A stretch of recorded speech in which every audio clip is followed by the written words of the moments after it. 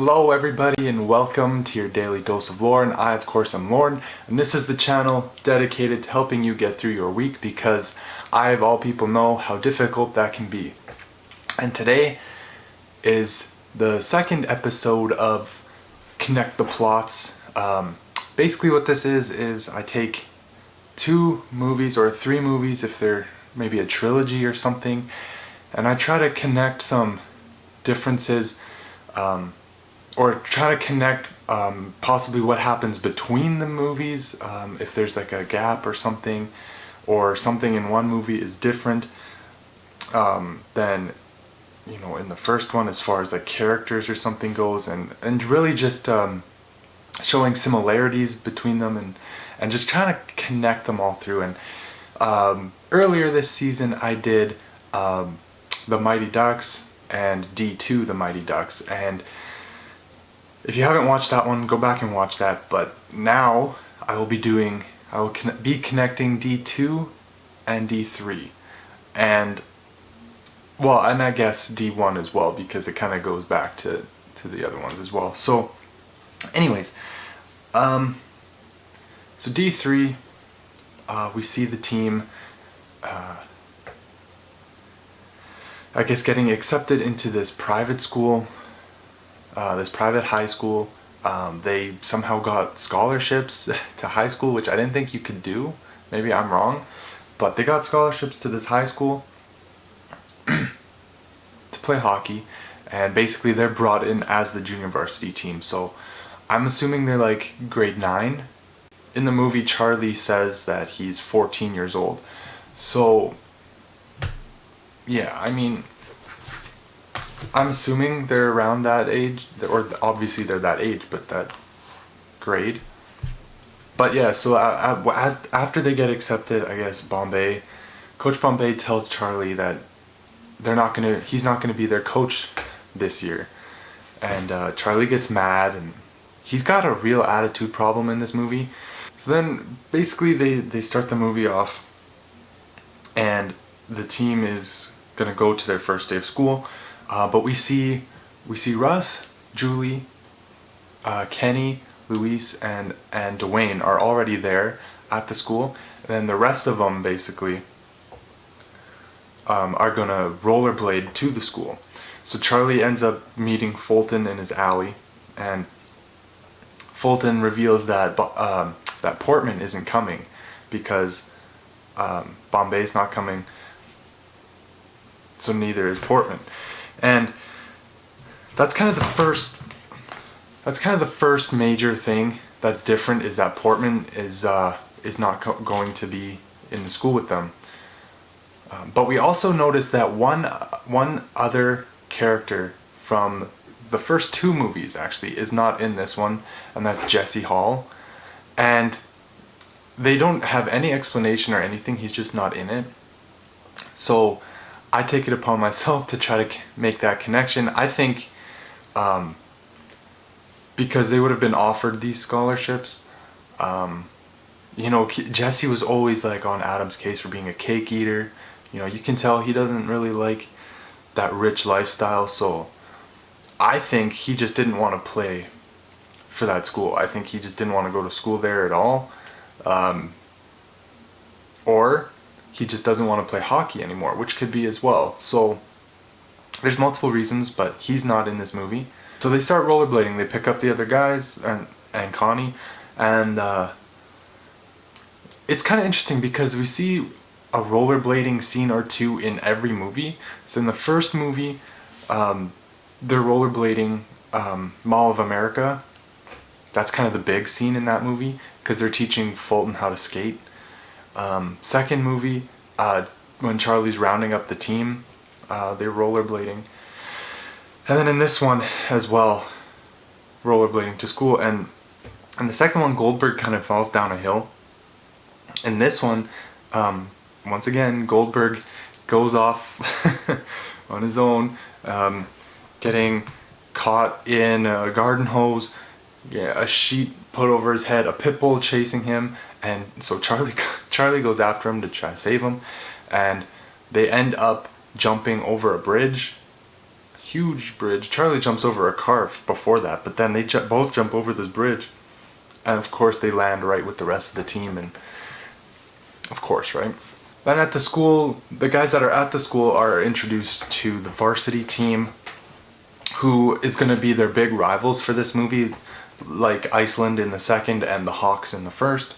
So their first practice that they have at the school, they start with a roundup where Dwayne basically takes his lasso and tries to lasso his teammates, and they try to get away and stuff. We saw that introduced in the second movie, obviously, when Dwayne joins the team. So it's kind of nice that they included that here as well. But we're also introduced to their new coach, Coach Orion, in this one. At this point, who right off the bat kind of makes Charlie do laps and stuff. He's trying to show that he's not here to joke around. Charlie tells Coach Orion that they've all been together for 4 years. Now, I'm thinking, like, as far as the movies go, they happen, I'm thinking pretty much 1 year after another. Obviously the actors are older than they're playing, right? So that part, that's why that looks weird, but I believe it's one point after another, because it's Pee-wee's and then they're playing, yeah, I think that's what it is. So I was kind of confused why Charlie would say they've all been together 4 years. Now, obviously, they haven't all been, because majority of this team came to be in the second movie. But I have to remember that they were together for multiple years before the first movie even happened, before Bombay came to coach them. They realized that Coach Orion is kind of a hard butt, yeah. He's kind of a jerk, in a good way, but they're not used to that. I mean, they've had, I guess, Gordon when he was like in his Captain Blood phase in the second movie, and then in the first one, when Gordon first joins the team, he's kind of like that as well. But for the most part, I don't think they're used to that, so they really don't like their new coach. But we also learn after their first practice that Adam has made the varsity team, because I guess he's just that good. So that kind of puts a damper on the team as well. And then at the same time, Charlie finds out that there's no captain currently, so he's kind of like, what? I'm captain. But there's currently no captain, so that kind of bothers Charlie a bit. And he goes to see Hans after school, who Hans is back for this movie because he was gone for the second one. They actually gave an explanation. Jans, his brother, says that he went back to Norway. But in this movie, like, what happened to Jan? He's just not there. There's no explanation, and Hans is back, so I don't know. But Hans says that he knew that it was Charlie that came in the door. He didn't see him, but there was only two people that could open the door, so sadly, and that was Charlie and Gordon. And so that just kind of shows you, like, throughout the movies, that Hans, and in the second movie Jan, are the guys that kind of, Gordon mostly, but now in the third one Charlie goes to get advice and stuff. And whatever time goes on, and they're having their first game, and they're really good. They're up 9-0 at the end of 2 periods. Somewhere between the second movie and this one, Charlie actually learned how to play hockey and score goals, which is kind of amazing. Because in the second one, like, I know in the first one he ends up winning the game for them with that penalty shot, but in the second one, the couple games that he did play, he's still fanning on shots and everything, and then at the end he gave up his roster spot for Russ, sorry, and he became like kind of a coach sort of thing. So somewhere in there he learned how to play hockey.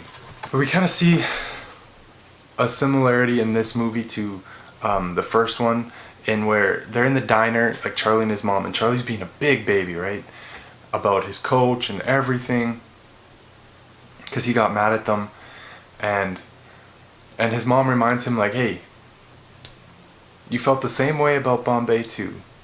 And it just, I like that it kind of shows you, like, the similarities there. So they end up running into the varsity team again, and the varsity takes them out for a nice dinner and makes them pay for it. So the Ducks get back at them. So the pranks in this movie are pretty good. At one point they put horse turds in a bag for the varsity.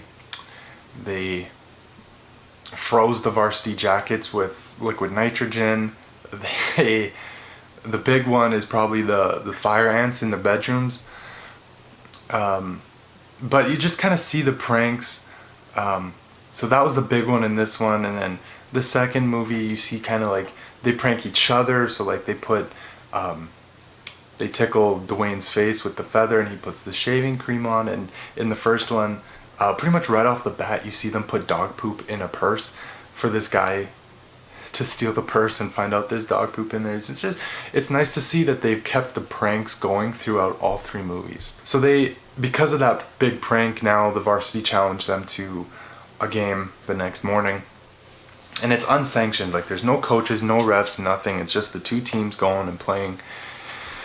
And the varsity destroy them. But something I found interesting was, for the first time ever, we actually see Charlie leading the Flying V, which we hadn't seen in the other movies, because I'm pretty sure, second movie for sure, and I think the first one as well, Jesse always led it. Jesse's not here now, so I guess Charlie leads the V now, which we've never seen before.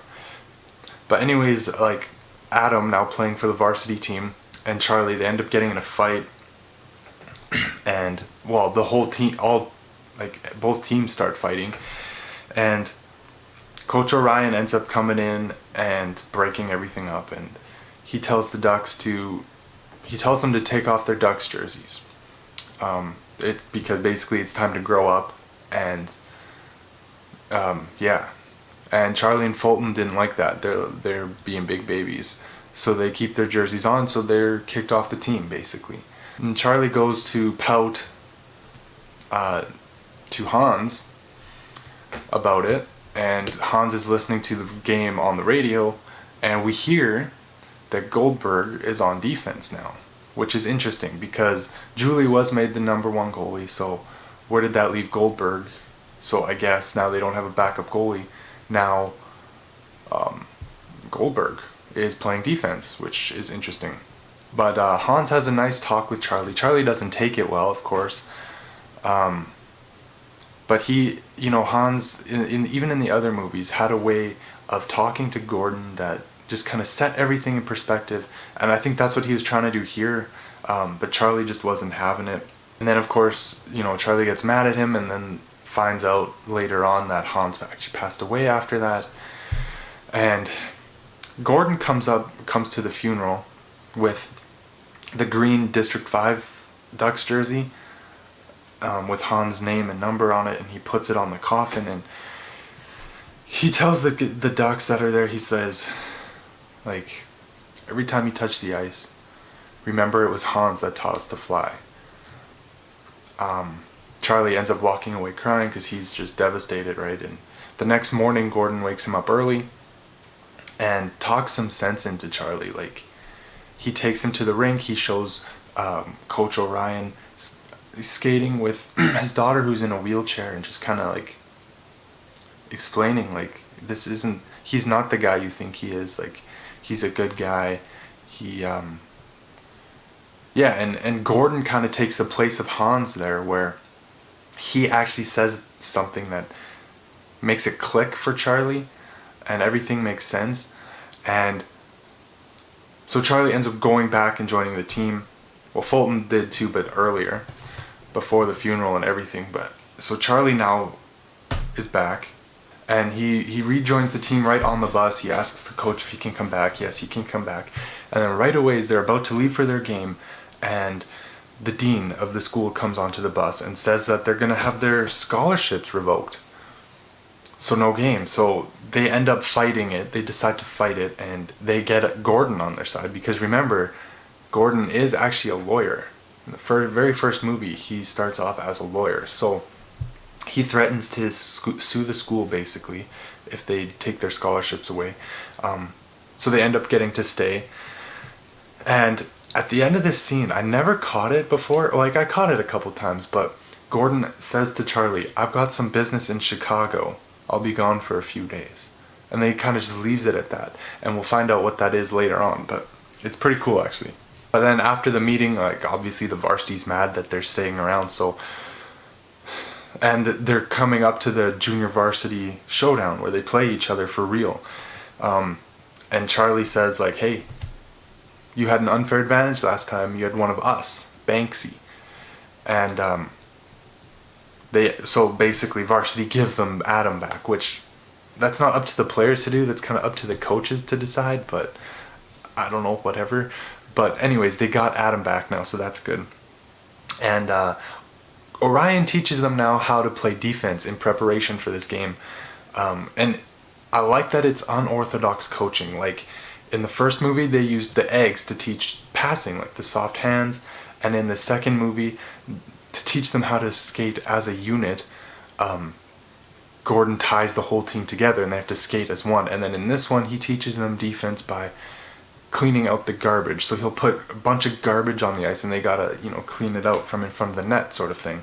They're playing the game against the varsity. They're doing really good on defense, and it's 0-0 after 2 periods.